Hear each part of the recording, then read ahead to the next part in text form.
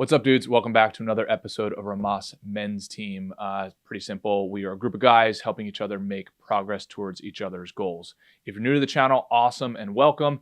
If you want to help support the channel and join our pro team, head over to rhomasteam.com/pro, where you can contribute to us on a donation basis. We also give you access to exclusive content, mastermind groups, etc., etc. So anyway, hope you enjoy this episode, and we'll see you on the team.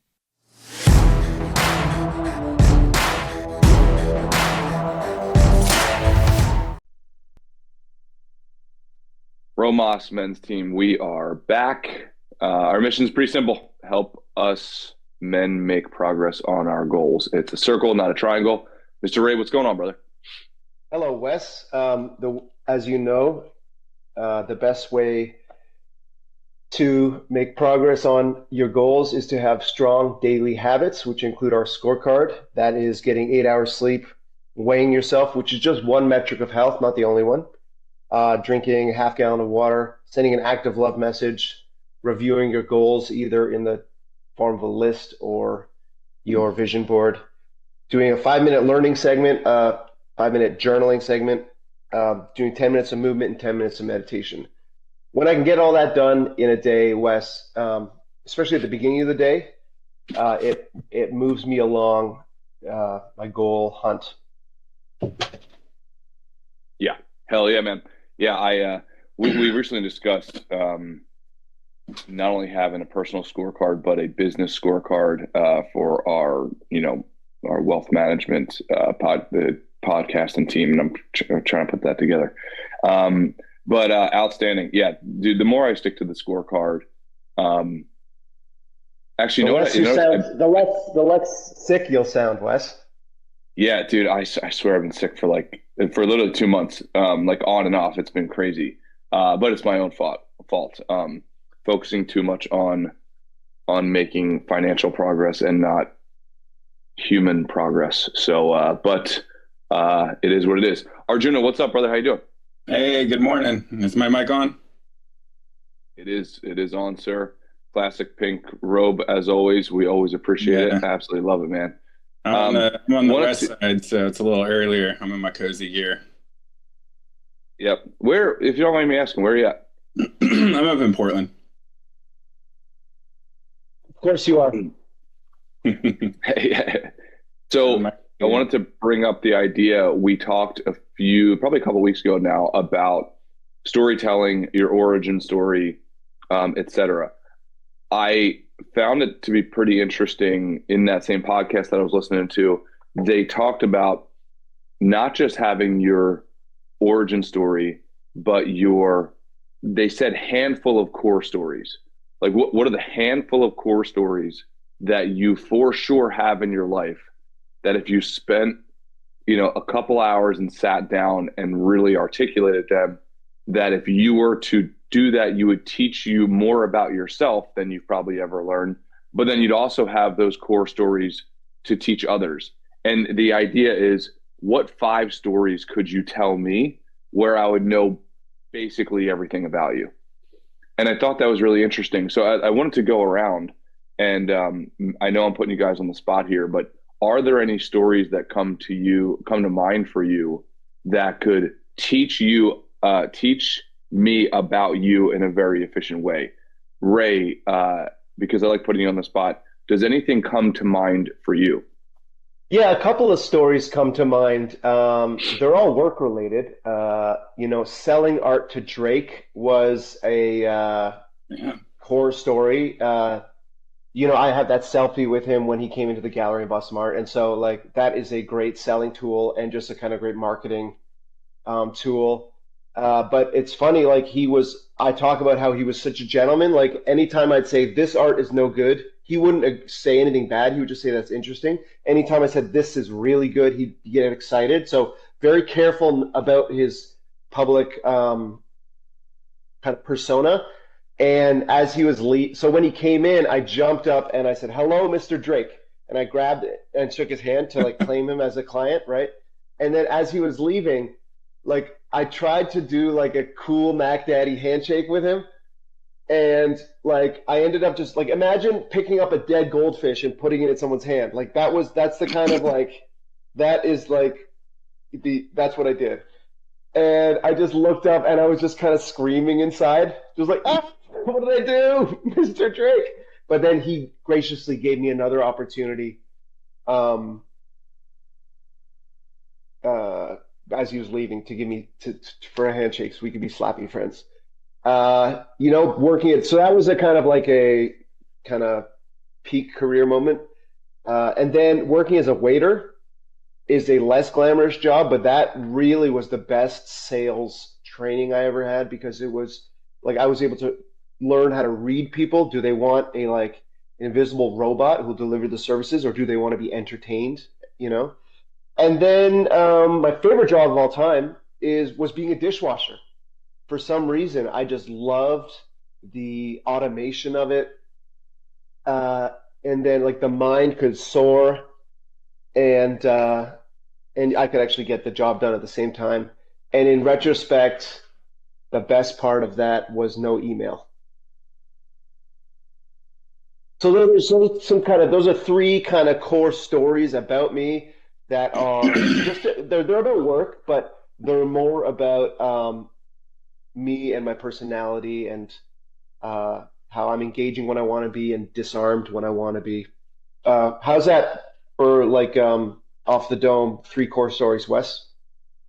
Yeah, absolutely. I mean, I would imagine I would also guess of okay, you got married, you had a Mm-hmm. child, right? These Mm-hmm. handful of stories where I could tell the inflection points. Mm-hmm. Okay, you started off as a waiter, like kind of like taking your lumps, like you started from the bottom, right? Mm-hmm. And now you served Drake. Now you're at the top, sort of deal. Now we hear you, man. Yeah, I was Now gonna we say hear. I'm not gonna do the line. Yeah, I'm not gonna do the line. Um, Too so you easy. can kind of see the arc of Ray's history. So And I part of would this core challenge stories, you. Wes, is part of the core stories um, format is select the key like moments slash inflection points in your life and use storytelling to describe them. Yeah, 100%. Yeah, and really getting into the detail, and then as a lot of us know, storytelling. I mean, that curriculum is vast. Like really going into detail and then trying to transcribe and transfer the emotion that you were feeling during those times and delivering them to somebody else, right? And that could matter for sales. It could matter for human relationship developments. It could matter for almost like psychotherapy on yourself. Like Jordan Peterson was talking about, that oftentimes what he has found is that trauma that still has residue today, from my understanding, is directly correlated with one's lack of going back through their story and figuring out the details, right? Like that the circumference of the fear is still taking up too much surface area because you haven't gone back and like lived it and like almost like put it to rest, if that makes sense. Mm-hmm. Yeah, and So so like Wes, what comes to mind for me is like that part of my bundle of good qualities and bad qualities or like phobias or insecurities is that like I really want to be perceived as rich, successful, perfect marriage, like well balanced personality, like all this. Like I guess it's either a contrast to the chaos of my upbringing, or just like a pathological need to be accepted, right? And so what I work on sometimes these days is just like uh, being a loser, and like this isn't the right language necessarily, but going out into the world, like not having a fancy car. And we've talked about this. It's been a couple of years, I think, since we talked about this, Wes. But like for the last 20 years, I've been driving Mercedes, and it like if I was living honestly, there would be a bumper sticker that said, you know, um, lease payments made by my mother-in-law. And so like having a Toyota Prius for the last couple of years was a nice change because like I wasn't putting on this mask of like having the perfect life. I was able to drive what one of my colleagues called a real dad mobile, right? Look at that. I just gave you another core story, Wes. Without a doubt. Being a father is like, to my daughter Thea, is just like the source of endless joy. It's just like my favorite thing in the whole world. Yeah, let's do this. Logan, if you're down for it, hey, first of all, welcome up, brother. I think it's the first time you've ever been on stage here. Quick disclaimer, I would love for you to be as vulnerable and teach the group whatever you want to teach. Obviously, just know that this is on the internet, posted on YouTube, etc. We can always delete it if you feel you've overshared, etc. But I just want to be, make sure you're comfortable, brother. But anyway, welcome to the team, and would love for you to play along with the topic here of your own personal storytelling.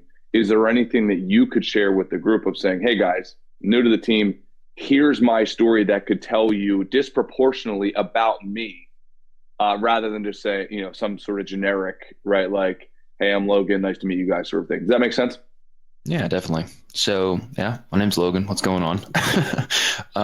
Excellent audio quality too, by the way, right out of the gate. Microphones. Nice. You got to teach Ray. Yeah. Send Ray an email. Yeah, it's the way, my friend. But I think that for me, story wise, like I it was dumb, but when I was a little kid, I wanted to be a writer. So just like I kind of wrote, and that for me was a really important thing. And actually, it's funny how much old Jordan Peterson comes up, in these conversations, just because it's like the narrative analysis of stuff. So it's like I studied psychology in school, and it was actually like young, and it's just like that's my fucking dude. But no, it's interesting. I think for me, when I think about like the narrative of my life, there's a couple of key stories that I look at where, I think for me, the first 5 years out of college, I fucking just ate a bag of dicks, just went the wrong path. And it was this thing that was like that fucked me. And then I made a switch right around like 28. And then for me, it was like a crazy, I had kind of like a not great, but stable job. And then what happened is it was just killing me. So I was like, I can't stay here. And then a bunch of stuff happened in my life. It's like one of my friends committed suicide. All the things that I was kind of using at that time to like stabilize fell away. And I just had to like be like, oh God, this sucks. My life sucks. And then what ended up happening is I got fired from that mediocre but shitty job. And I was thinking about being a cop. And I was like, oh God, that's something. They'll take anybody. And then they were like, you got glasses, stupid. You can't be a cop. And I was just like, what the fuck? So it was like everything closed off. And then I ended up getting a job as a bartender where I absolutely, as it turned out, I'm like hyper extroverted. So that for me was that moment where that clicked in. It's like, I'm pretty good at fucking like talking to people and getting people to buy shit. And then that kind of influenced a path I went later. But yeah, there was this really very odd period where it was like everything, I was holding off this flood, and then I cracked and it just knocked me off my feet. And it took me about 3 years to get back up from that. But I think in that 3 years, one of the things that I found was that like, you get this stupid, like, I think I'm going to be a cop. And that leads to maybe I'll be a journalist, which led to, I think I'm going to join a cult, which led to, I think I'm going to join a couple of cults and live in them. And, and it was crazy. But then it's that thing where it's like, I came out. And I think for me, that was the thing that was really interesting, where it was like, I found that for my life, you fuck up, everybody fucks up. It's fine. Don't kill yourself. You know what I mean? Like, it's that thing where it's just like, you can fix it, and it is a journey, and you're going to fuck up. So it's that thing where it's like, for me, it was, I think in terms of the story of my life, like that's one that I think about, where it's just like kind of weird and crazy, and yeah, but it seemed to be pretty pivotal for me. So yeah, I don't know. See, that's a heck of a this story, is fascinating. No, this is what's fascinating, because if you zoom in on this, like I am literally just meeting Logan for the first time. Yeah. Now, imagine that if we're just randomly meeting out on the street, how quickly we just got to that core, like the core of that man, right? Just by saying, "Hey, what's the core story, bro?" Versus like, "Hey, man, how's the weather?" Like, it's awesome. Inside of 30 seconds, now I'm fascinated. And Logan, if you don't mind, did you literally join multiple cults? Yeah. And if you don't mind sharing, like, what was that like? So basically, what? Oh, well, see, and it's one of these things. Like, I love a little group of people being like, "Here's our feelings," because it can go one of two ways, and one of them's pretty good. The other way, maybe not so.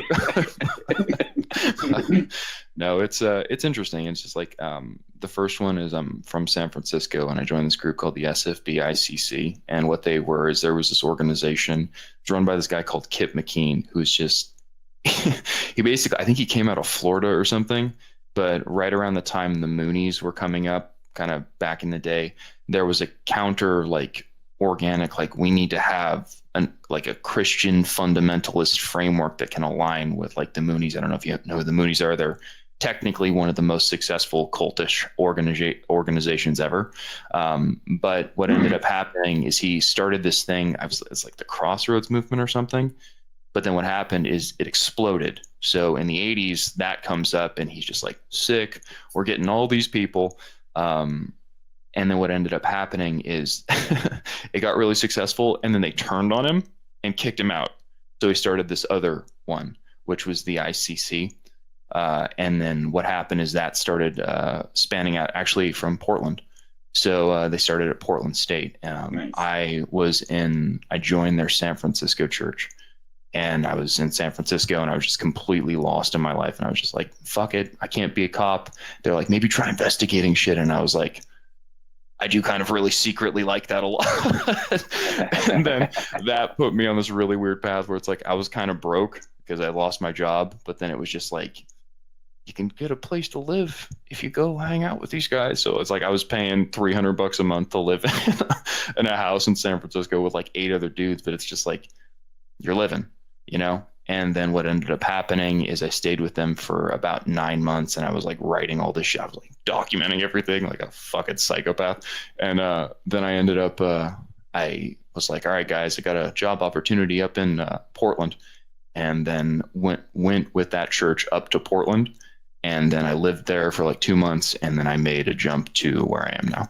So it's just a thing. Yeah, and then I'm in Seattle, and it's just like I found there's a bunch of fucking creepy people up here. There was another group that was like this lady who, oh yeah, dude, let me tell you, I'll spin you a yarn, my friend. But yeah, it's interesting, and it's just like I think it's that thing where like you got a weird little voice, and sometimes you follow it, and I guess it seems like that works out. So we'll see. But and do you mind if I ask you, Logan, what are you doing now?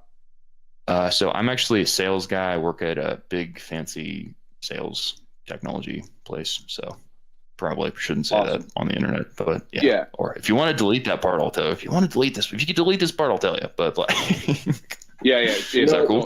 I can tell you're in sales, man. Like you are a master storyteller, dude. Master storyteller. That's a lot, man. That's very kind. Yeah, I appreciate that. But maybe just a nonsense rambler is how I've conceptualized. No, again, like we said, like inside of a couple minutes, we can learn more about you than probably, if I were to guess, even some of your close friends don't know. That's my guess. I think as what I have noticed is men, we tend to live around each other rather than with each other because we don't share certain things. So you're just kind of like are orbiting around each other rather than actually having like an authentic relationship. Wes, so what I hear in your story, man, what I love about this format is how we can find the similarities, like even though I've never traveled with a cult up the West Coast of the US, I'm also a seeker. I'm on a similar journey for the last 3 years, trying to like connect with my destiny. And so Wes, sorry to interrupt. I just wanted to make that point that like the conversation, the context you've set up for us here, Wes, is that we're allowed to find similarities instead of automatically put up walls because of the differences. What do you hear in Logan's story, Wes? Yeah, I mean, Logan, let me know where I need to edit this, but and also how relatable it is. I mean, what guy has not gone through a significant phase of their life up until that point, feeling they've wasted it? Okay, hey, I'm X age, I'm 25, I'm 27, I'm 28, I'm 30, I'm 50, I'm 60, whatever the number is, I've wasted it. Okay, now I have a certain call to action. I need to stop being, a piece of shit. How do I turn this thing around? And then, yeah, the inevitable multiple slash many failed attempts of trying to restart your life. The And hero then test. yeah, 100%. And then feeling like, okay, I need to find a team. My biology is telling me I need to be a part of a team, but it's really easy to get caught up in like almost a team taking advantage of you, and you not real, and almost, if you don't mind me saying this, almost a willfully like uh, a willful reduction in obligation to produce more, like almost depending too much on the team rather than like, hey, Yeah. here's what I bring, and I'm going to equally bring up like the mechanism myself. And then, yeah, like trying different teams, et cetera, et cetera, et cetera. And then finally finding a path. And then knowing that it's not going to be too long from today where this is part of the path, where inevitably you're going to reach another fork in the road, and this is just yet another lily pad that you leap from. So, man, I think it was awesome. But thank you for sharing that, brother. I really appreciate it. Word. Um, Appreciate it. Donovan, I know that might be a hard act to follow. If you're up for it, brother, I think this is the first time we're having you on stage here, man. Would love to hear one of your core stories as an introduction to the team here, brother.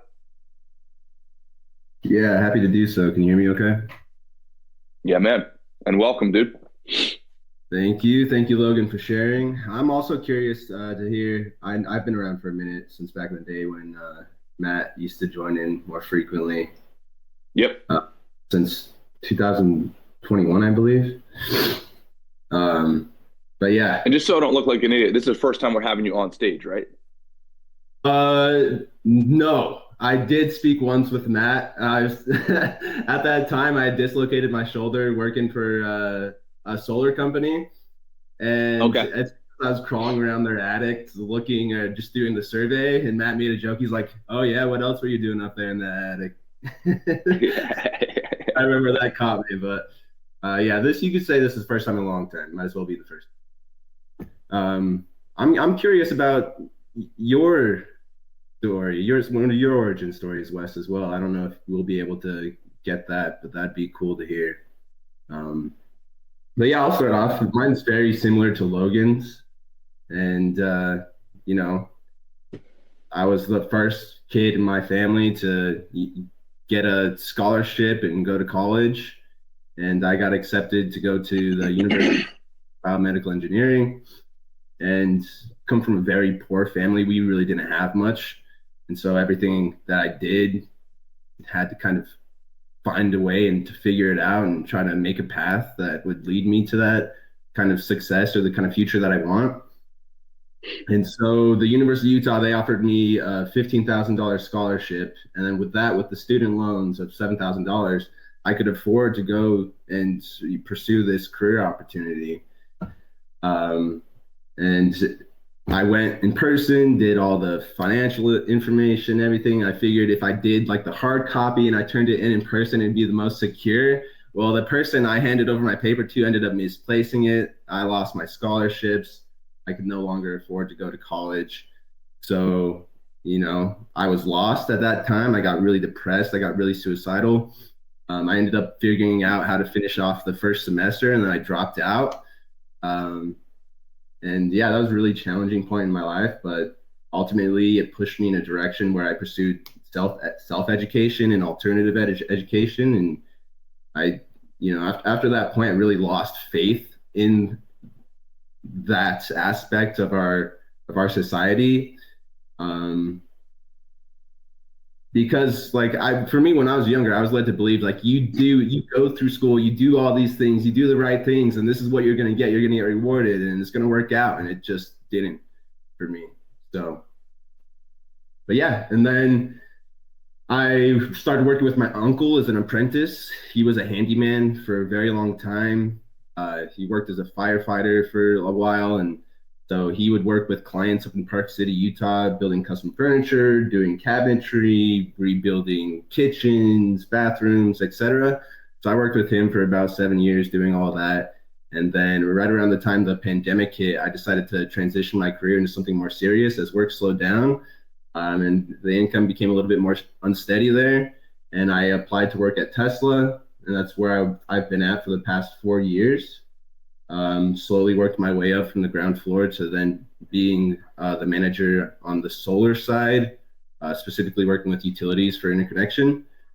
Um, but then again, this just at the beginning of March, my role was actually eliminated, so I got laid off. So now I'm kind of in between trying to figure out what the next move is for me. But yeah, I guess another core story is that my dad left our family when I was really young. So I was raised by a single mom. Had an older brother and a little sister and a couple other little brothers from my dad. But I didn't really get to see them much because he wasn't around too much when I was younger. And yeah, my older brother, he wasn't very responsible. He wasn't much of an older brother. So I ended up filling in the shoes of like, who's going to be the man of the house now? Who's going to make sure that everything's okay and everything's taken care of? Just kind of seemed to fall on my shoulders. But yeah, I don't know if that is exactly what you're asking for, but absolutely it is.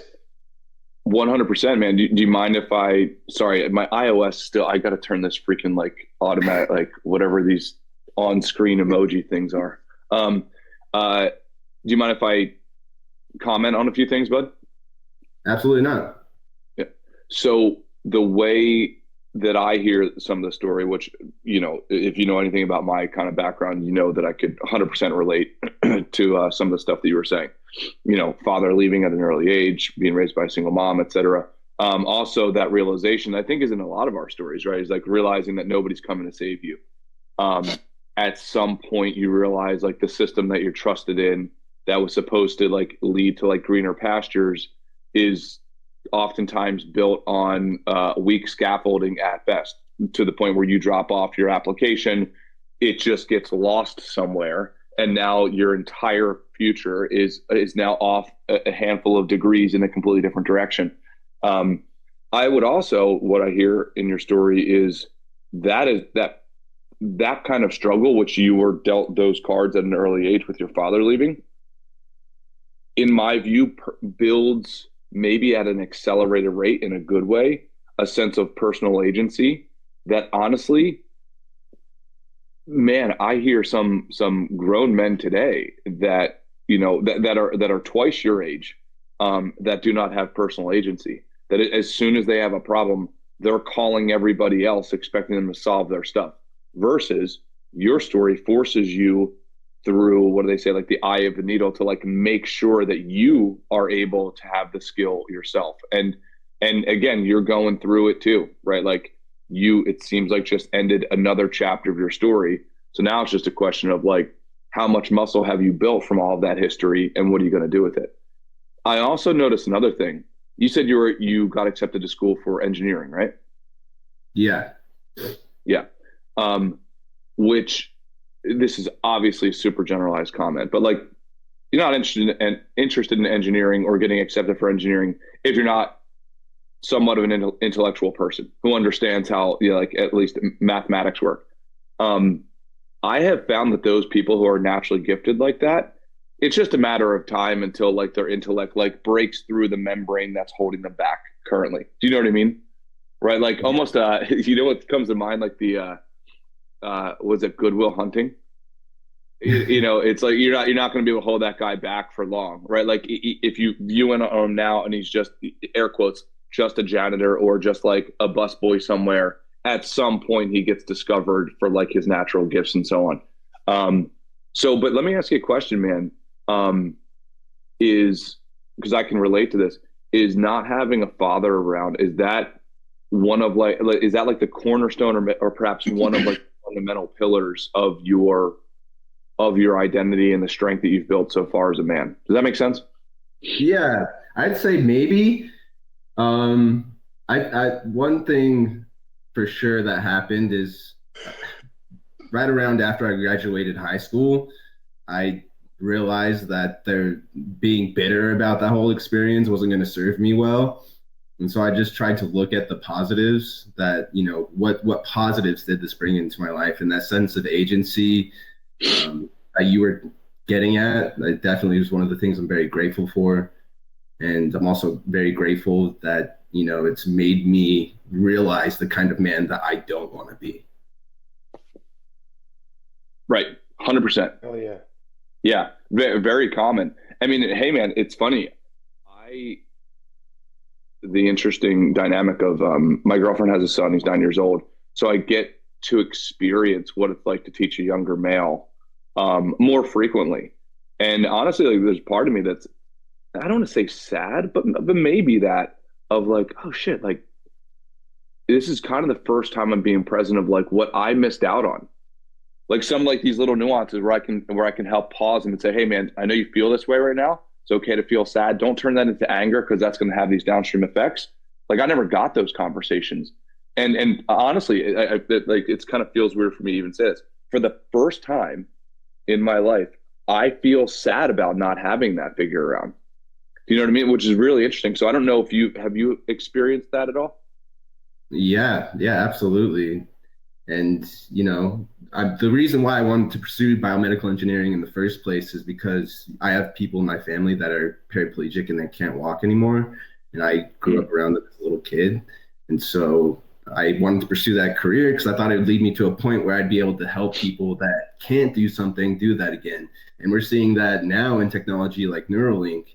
And so now I'm living in as an adult, watching other people do and achieve the dreams that I wanted to do as a child, and I'm just not there. And so it's very hurtful. But what I've found is it's healthier for me to channel that into a new dream of like, I struggled. I went through a lot of challenges because of my past. It is what it is. But, now I could build myself up as a role model, and I could be that role model for other people out there in the world and help guide them in a way that I didn't get to receive. And so kind of like a little bit of like that, I realized like I didn't have that, but it's something that I can provide other people, even if they're not my own kid, That's an awesome outlook, Don. What comes to mind for me is like the way addiction is kind of like was a curse in my family and something that was normalized from birth, right? And now that I don't drink or use drugs anymore, like I have another 60 years on this planet to do the right thing. You don't even have to use that language, or like kind of like model the kind of behavior that maybe I should have been modeled for me, right? And so again, because Wes, thank you for creating the context where we can look for similarities. Don clearly eclipses me intellectually with using big words like biomechanical engineering and everything. But something else that comes to a couple of other things that come to mind, Don, is that like the world is such a like you were sold this bill of goods that if you study hard, you'll have a stable life, right? And like they don't teach us about the chaos of the world, right? How all of that can be taken away, or you can even do all that and you still don't get the benefits that were promised or the outcomes that were promised. But the other side of that is like the world is also beautifully chaotic, right? Where like the world is awash with opportunity. And if you fail at something or the rug gets pulled out from under your feet in some area, the world is awash with opportunities, and your story proves that. So a very impressive young man right there, Wes, wouldn't you say? Yeah, and Donovan, you don't mind me saying this, I would be curious, what is the next step for you, and in particular for your career? Because my view is it is a gift for a man to develop a craft and be a craftsman at his craft.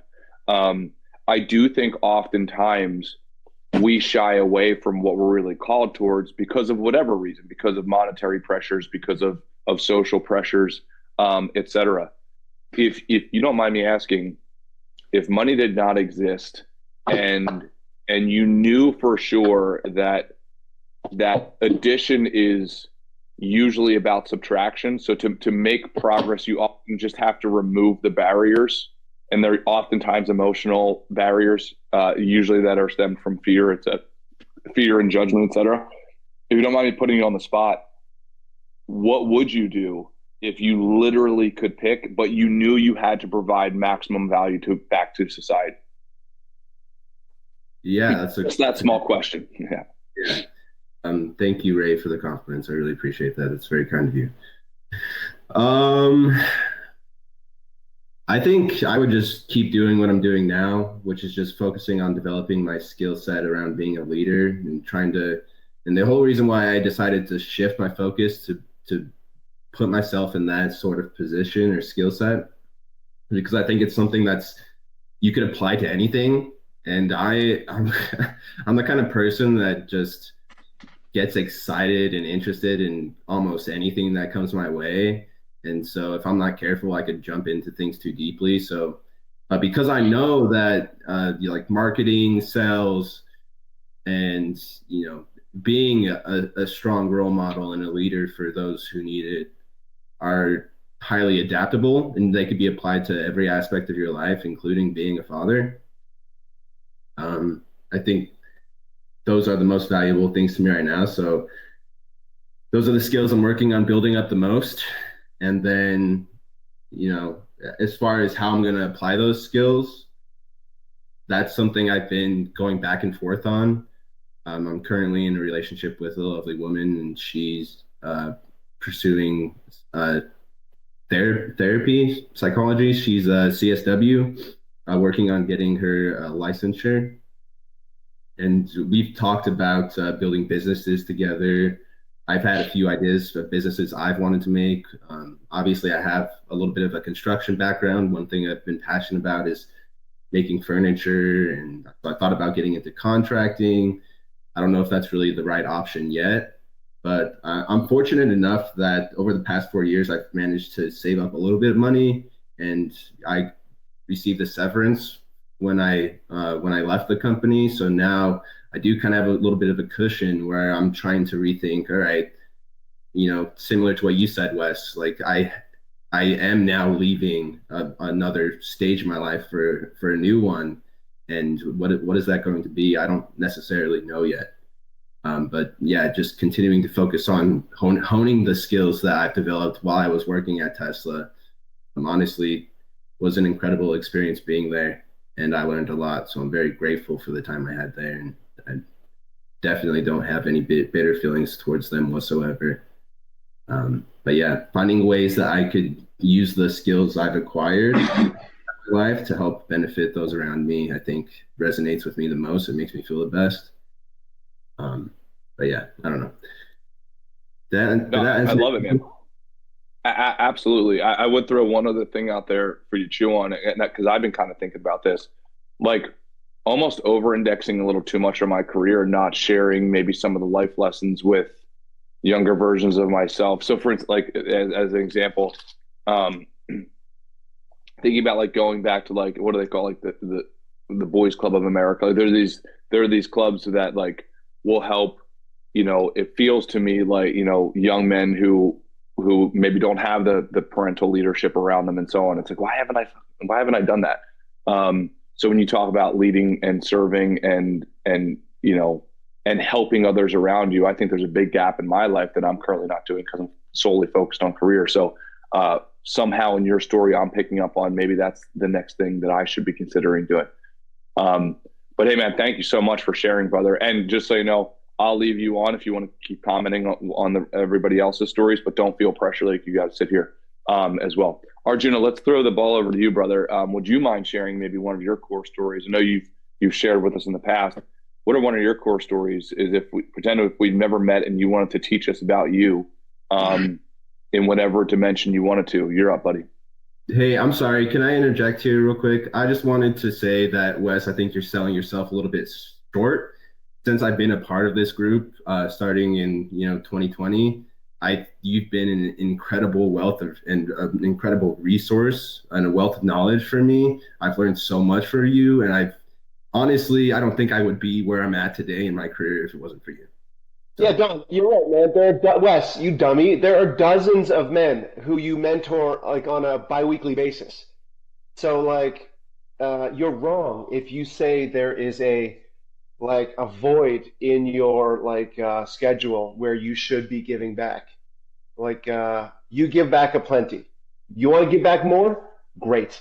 But just so you know, none of us are buying it that you don't give back at all. Am I right, Don? You're right, and that's it for Well, me. hey, Yeah, no, dude, seriously. Let's stop humping Wes's leg. Arjuna, Yeah. tell us some of your core stories. And Arjuna, I'll challenge you because, you gave us you gave us the horror stories or like the very difficult kind of passages you had to go through, and I want to hear also some of the obviously those have shaped you into a very empathetic, compassionate, and kind of like wise person. That's what I get from you in the conversations we've had so far. But give us some of the core stories that maybe wouldn't scare the shit out of us. Yeah, sure. Well, I'm glad. Sure, go ahead, Wes. I'm so sorry. That wouldn't scare the show. That's so funny. Just wanted to say, hey, Donovan, I really do appreciate what you said, man, and Ray and Arjuna and Ryan. So sincerely, like, I know how hard it is for a man to compliment another man because society, right, like often gets weird about that. But I really do sincerely appreciate you. But honestly, you guys made me tear up a little bit, sincerely. So thank you, man, because that helps give me confidence of like, hey, some of this stuff is helping and working. So I really do appreciate it, guys. Thank you. But Arjuna, please, I'll send the ball back over to you. Please. Sorry, we're all out of time. Arjuna, you're going to have to wait till next week. Well, no, before to even not even get into my own shit real quick, I wanted to say appreciate that interjection, Donovan, because it was so necessary. And Wes, I appreciate that your ability to humbly receive in a group setting, because oftentimes oftentimes people push that away. So to like just to be getting it so hard and to be like, oh, I'm tearing up right now. That's admirable in its own right. Yeah, thank you, dude. We machine gunned his ass with love, man. We just machine gunned you with love, Wes. It's never ending. Yeah, no, Ray, I appreciate you saying what you said too, because like that's no problem. I know the stuff I saying sounds overwhelming and scary, but it's all completely interconnected to the fact that I found my passions and my cup is so full because I had to go through that stuff. So anyways, yeah, a part of that regarding is, so I get out of jail and I'm like, okay, I'm having healthy relationships for the first time. I do all this therapy, all this counseling, whatever. I face the beast as much as I can. And there was two things that I told myself going through it is I wasn't going to resent anyone for the choices they make as a result of what I've done. And I wasn't going to pity myself. And so no matter what things look like. And so anyways, I'm getting this job and I'm making friends with these coworkers and what have you. But then the kicker is that the Willamette Week or one of the local Portland news reports, they did a report on my thing. So if you Google my name, the worst part of me pops up immediately. Like that was a really hard thing to like deal with. Be publicly shamed like that, right?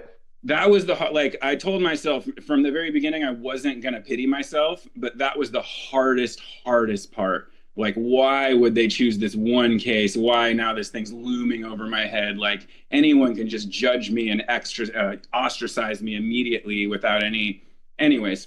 Context. So yeah, so I'm getting to know all these people and what have you. And then, so I'm going to be like, I was going to like, be in kind of more of a relationship. I was going to like hook up with one of my coworkers, but what they said in counseling was that if you're going to have any sort of sexual experience with someone, you need to let them know about your past, because even if everything's all on the up and up, if you have a history of a past of like anything negative sexually, even if you're the one being honest, if they don't know about it and then something happens and they find out, they can throw accusations at you and you can get in a lot of trouble. So as I'm getting closer with this coworker, I inevitably have to tell her about this stuff. Anyways, so I go by working for like a year with these people, and then somehow she ends up telling everyone, and then essentially the owner and the manager, they pretty much called me and were like, "Hey, you want to meet at this park?" And then like the owner was like, "Hey, listen, man, like I don't know how to tell you this, but like it's fucked up. Obviously, I know about all your stuff. I'm an owner of a business. I pride myself in giving people other chances and like people who are trying to better themselves. But like more than half the crew is going to quit. They found out about your stuff. Like legally, you're in the right. You don't have to leave because you've done nothing wrong. And morally, like you're in the right. Like fuck them. I'm disgusted in all of them. Like it was this really emotional thing. And so I told myself, I was like, you know what? Like I'm gonna like I don't want you to have to rehire half your crew. I'll go.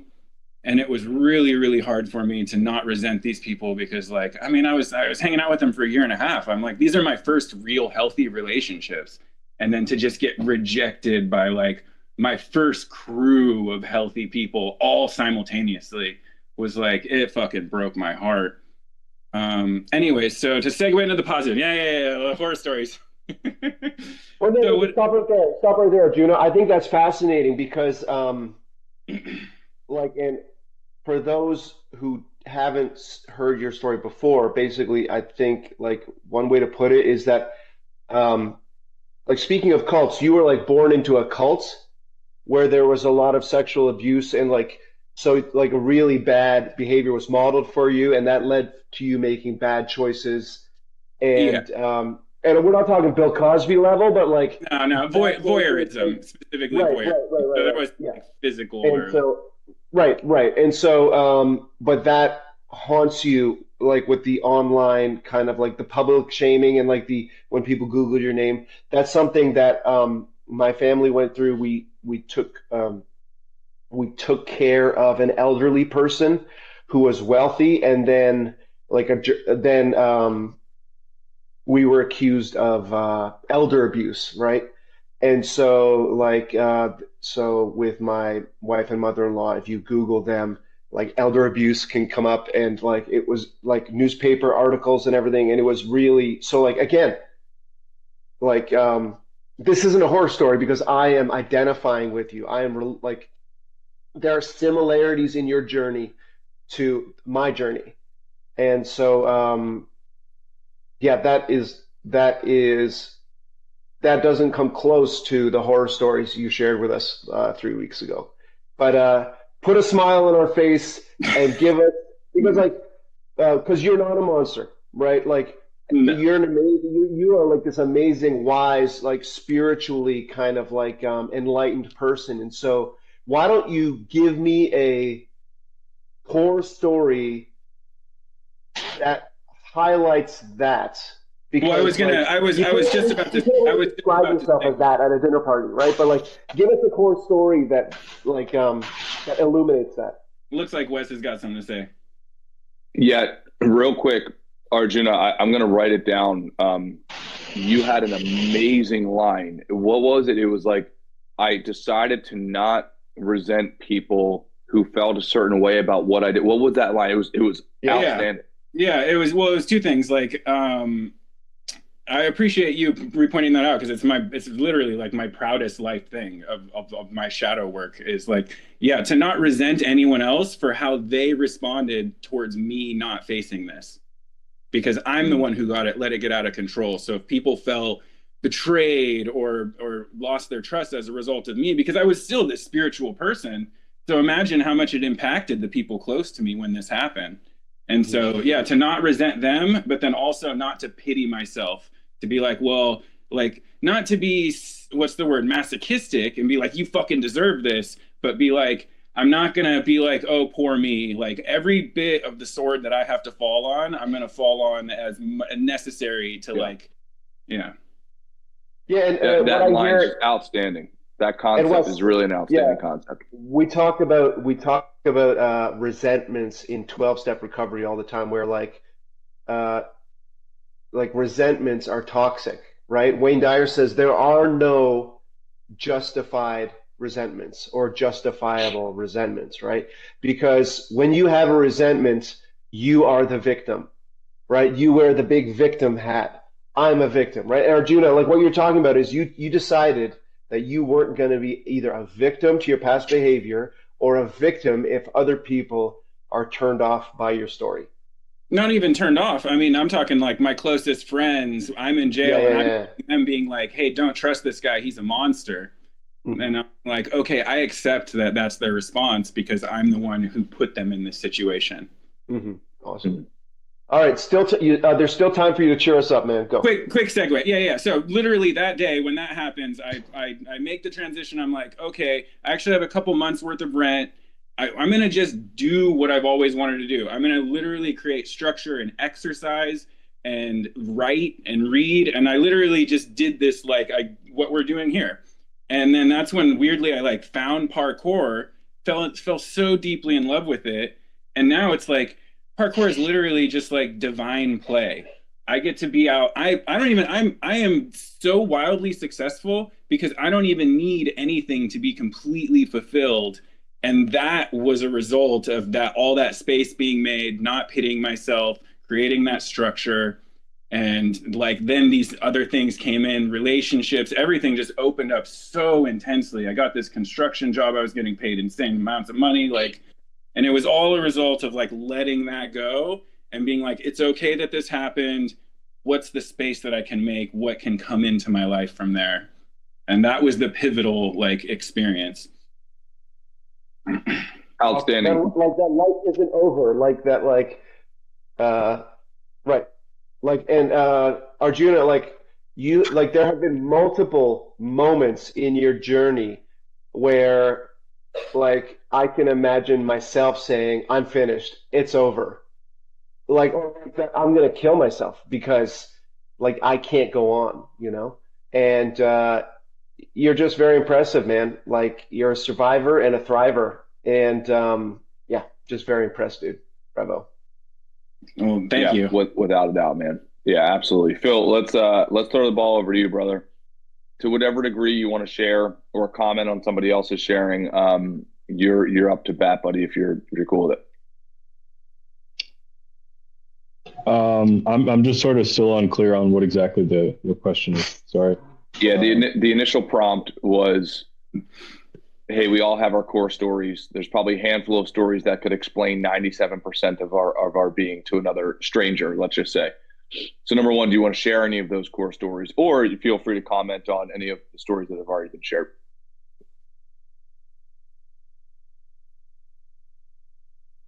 I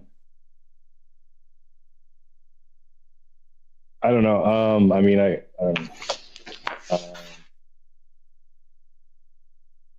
mean, I guess the main thing, like, contributing to my, like, the narrative I have for myself is just that I've pretty much just never had any kind of a normal life. In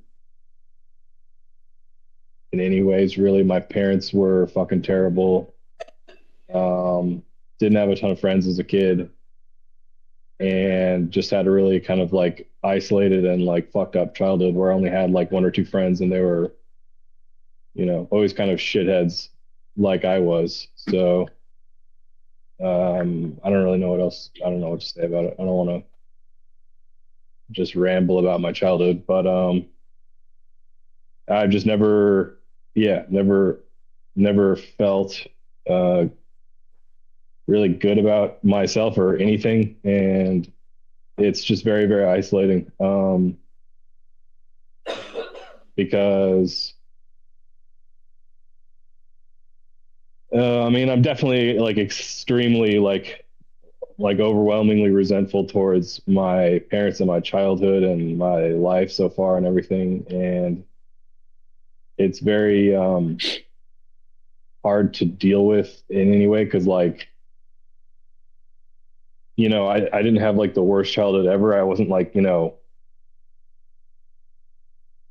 it was just like pretty bad. It wasn't like crazy bad or anything. So I kind of feel like I'm not even necessarily being honest about how bad it is. Maybe I feel like I always feel like I'm making it up or whatever, but also I can't relate. So I can't relate to people that have it really bad, and I also can't relate to people that have like a normal good life, because I just don't even know what that is. You know, like whenever I'm at a friend's house or whatever on a holiday or something, and like they have a bunch of family over, and their family is just like fun to be around, and they're like funny and like interesting, and like I just feel like kind of like weird and really uncomfortable in those situations because I've never been in those situations with my own family.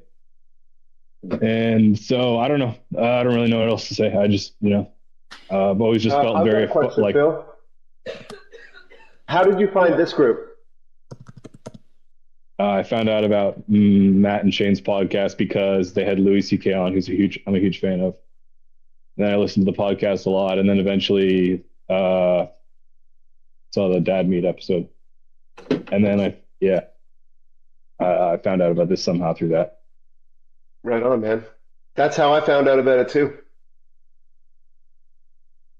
And yeah, I mean, like we say this every week, but like, we know the core story of you producing your own game, which like we don't have to remind you that is a killer core story. And I'll never tire of hearing it, by the way. And you're not isolated today, man. You're like a very important part of this group.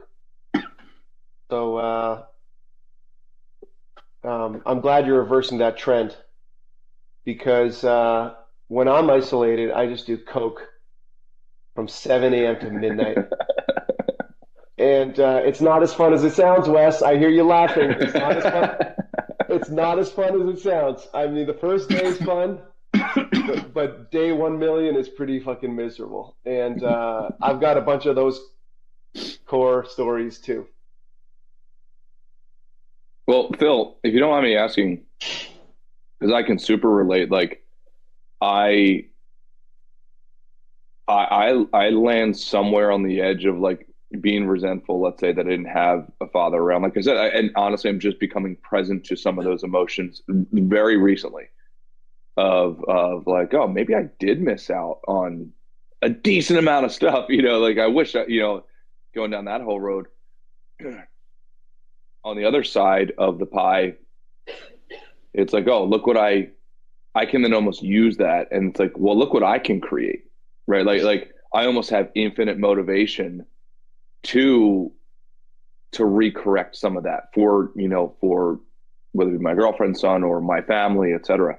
Do you have a similar like pie chart where like you toggle in between the two, or is it all like, is it anger? Is it anger and I'm going to make it better, or is it whatever, I'm numb to this? What is it for you, if you don't mind sharing, like the under the surface there? It's almost entirely negative emotions. I mostly feel extremely angry and resentful and all that shit. But I don't even know if I don't really have any way to. I don't really know how to make any progress on my thinking about the rest of it. Like, what if my positive, when I, because like I don't want my parents to die and then to realize that I should have dealt with this and had some relationship with them. But I don't even know what, I don't even know what having a relationship with my family means, because my family just don't care about it. They don't care about anything. My parents don't. It's not like they're calling me and I'm ignoring them. They don't care. They don't care about having a relationship in any meaningful way. They're just very checked out. They're very like just doing their own shit. My brother's also the same. My brother and I are technically having some kind of a fight right now, we're both mad at each other, but it's not even real, because it's like, he doesn't give a fuck. He doesn't care. He's not like calling me or texting me. He texted me one time after I said, hey, we should go get some food. And then he texted me back and he's like, yeah, sure. And I haven't responded and he hasn't responded, because neither of us give a fuck, It's just, it's not like it's not like there's a tension keeping us apart. The main thing keeping us apart is that neither of us give a shit about each other. And so I don't know. I don't even know what having a relationship would mean. Having a relationship to me with my family seems like it would mean me doing 90% of the work and never really getting much in return, because that's the way it is right now. I'm not I would have to expect them to change. for that to be different. So yeah, that's the way it would be. So I don't even know why I would do that or why I would want to do that.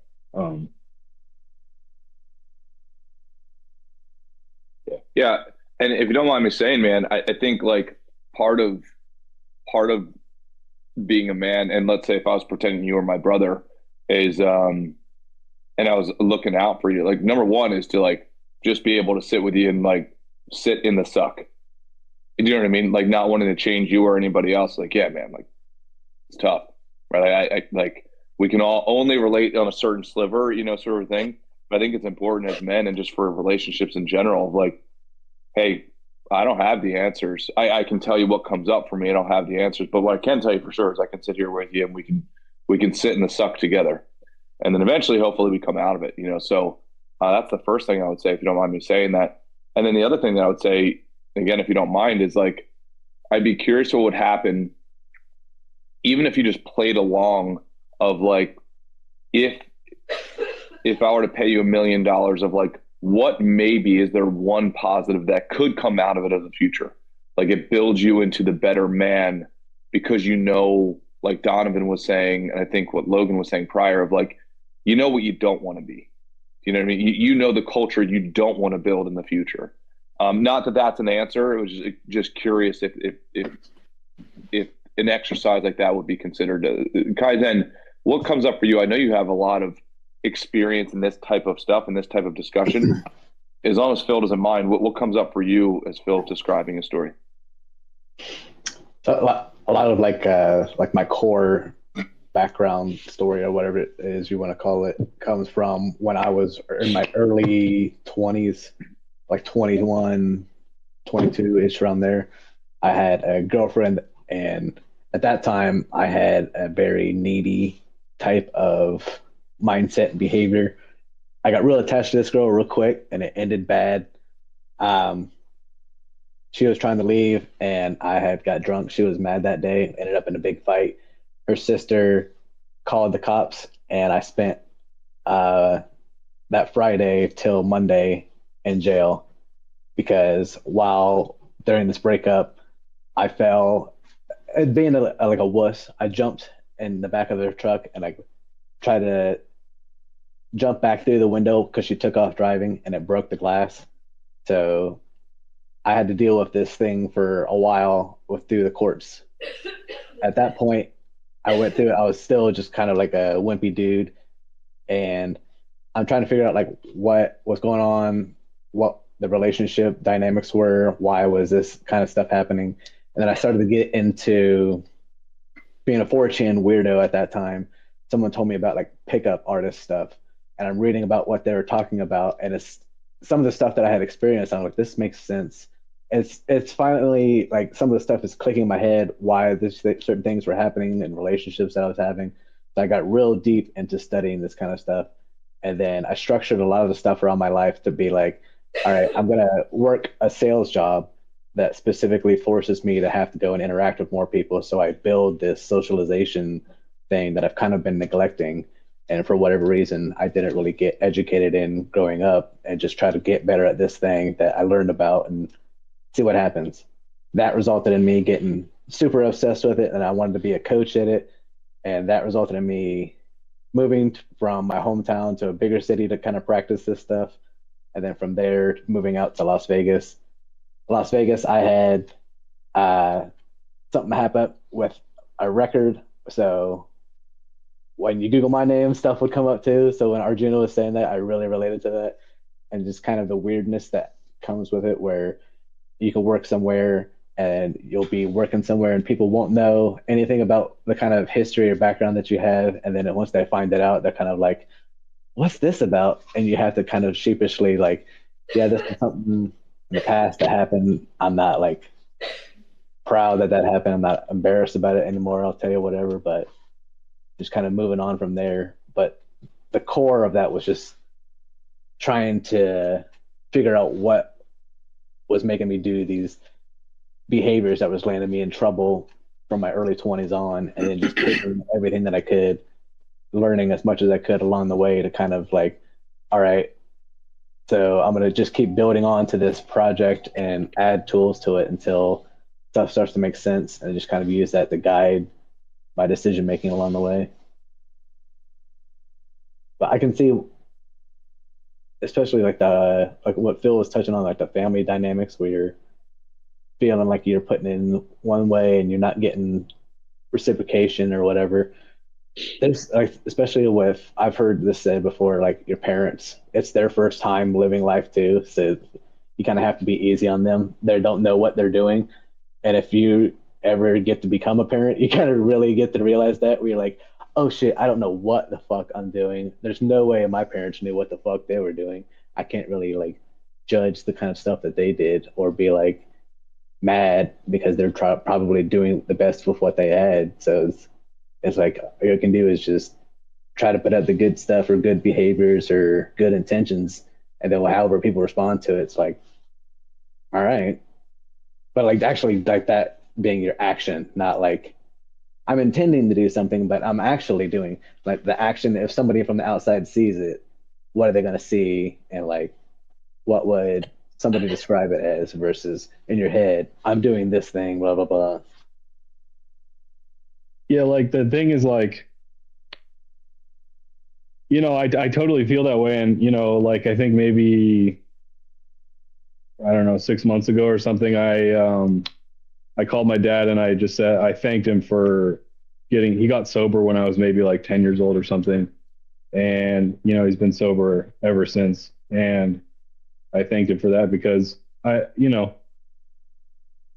though my childhood was, fucked up, it definitely probably would have been a lot worse if, I remember when I was really young, I remember being like really, really scared of my dad. Like I was too young to really remember exact stories, but I just remember feeling like my mom, they probably fought or something. And my mom would leave, like we'd go drive around cause she wanted to just leave the house or something. And I remember just being like really fucking scared, like being in my bedroom, like really, really scared that my dad would come back. Cause he was like, had like serious rage problems. So that, he always still had serious rage problems even after he got sober, but it definitely would have been worse. Maybe also he had his own business my whole life, so he maybe would have lost his business. Obviously our life would have been a lot worse. So, I don't know. It's just hard for me to like deal with or really like get anywhere with it in my head because like I do have a lot of empathy for them, but it doesn't change their behavior. Their behavior is constantly telling me that they don't give a fuck about me at all. Basically, that's their like that's just the truth. I think is they just don't really care about anyone other than themselves. They're just very selfish. They're just kind of the stereotypical boomers. They're just living their own life and they're just kind of checked out. And it's hard to not resent that. And Phil, I don't know if you see Donovan's question, but he said in the comments saying, "Hey Phil, hope it's okay if I ask you this. Do you feel shame when you think about your relationship with your family in comparison to your friends that you were talking about?" Yeah. I mean, I feel extremely ashamed because, like, for example, like my parents are not like civilized people. Like my dad, like, is a fucking like lunatic. Like, whenever we're out in public, it's like extremely embarrassing. Like just the way that he acts he just acts psychotic. And whenever I'm like, if I'm haven't in a long time been at like a social event with my parents, but when I was like, I remember one of my cousins got married when I was like 18 or 20 or something like that, and just seeing the way my dad interacts with people is just fucking crazy, man. He just like is the kind of guy who will just corner someone and like talk to them for like an hour. Like he just ignores all social signals just keeps talking and talking. It's like, I don't know. He's just fucking weird, man. He's like, yeah. He's just like, I don't know that's the thing too. The thing that really bothers me about thinking about my dad is like, I don't know what's wrong with him. Like, I don't think he has like some kind of mental illness. He's not like that fucked up. He's not like fucked up in a way that's like, I don't know what's wrong with him. Like he just, some reason is like kind of checked out in ways. It's just, I don't know. It's very confusing. I don't know how to even explain it. Well, because I don't want to glaze over this part either. Like Kaizen, number one, thank you for sharing your core story. Like, because like you got to the point of like, you know, commenting on Phil's, but I want to say I appreciate you sharing yours, because very similar. Like I hear a piece of Kaizen story of like, hey, some of these social dynamic things run so deep, and Kaizen just summarized it like, for whatever reason, I just wasn't good at this particular thing. Well, you have to go on a whole freaking journey. Like, you've got to be willing to put years into like dedicated focus of adjusting some of those like microcosmic social dynamic interactions that are, first of all, flying under the radar. They don't even know them. Once they're on your radar, it's almost impossible to correct them. I mean, Kaizen, correct me if I'm wrong, but like how do you teach humor? How do you teach when to pause in a conversation to let the other person talk? Like, all of these things.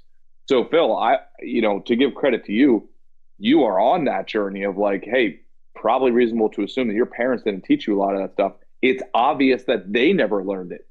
But I'm curious if like you're the one that has to carry the torch now of adjusting that, because if they're just not interested or even aware of like they've got those social gaps, I mean, I don't know, man, that's what comes up for me. What's your response to that, bud? I think, even though, I feel like I would really like to learn and to improve. I feel like I'm never going to do it, because I'm not even anywhere near being able to confront that kind of stuff. Like, you're on the journey, man. I don't know, yeah, I don't know. I don't know. I've been relearning math recently, like just starting at fucking basic ass math, because I slept through all of math in school. Found this cool app that teaches you like step by step, like all the way through different types of math and shit. And it's embarrassing learning geometry being 33 years old, but it's not that bad, because it's like a very concrete thing, that at least like. I learned this exact thing, and then I understand that, and it's like it gives you a little quiz question, so you make sure you understand that. And socializing is like, there's not a fucking app for that shit, And I need a fucking, like, if it were that like baby mode where I could be a little like baby in my room where I'm safe and learn steps and shit, I could maybe start to.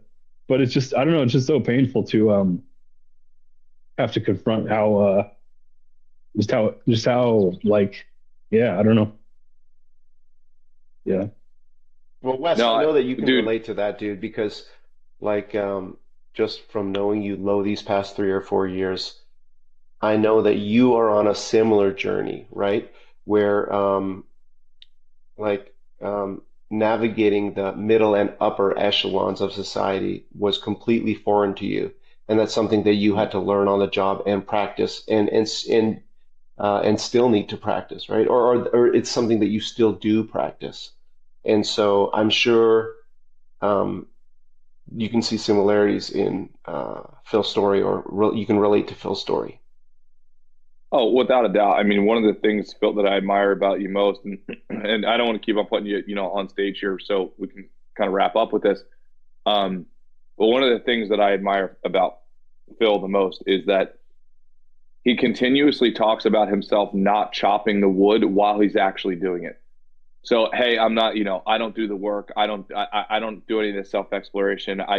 While he's creating his video game, while he's showing up here and teaching people about his journey, and they're learning their own, they're learning skills from him, creating value for us. 100%. And I know he's not going to want to accept that. And I, by the way, I can respect that as well. But that is the reality. Like, that is the objective truth, is that he shows up here every single week, multiple times a week, and shares and is making progress. While the verbal description of that is, hey, I'm not making any progress at all. But I think we all know that to not be true. And that is not a general, like, stereotypical answer of like, oh, that's what Wes is supposed to say. That's not true at all. But like, this is objectively true. Everybody can go and review the tapes, right, of how much progress, Yeah, exactly.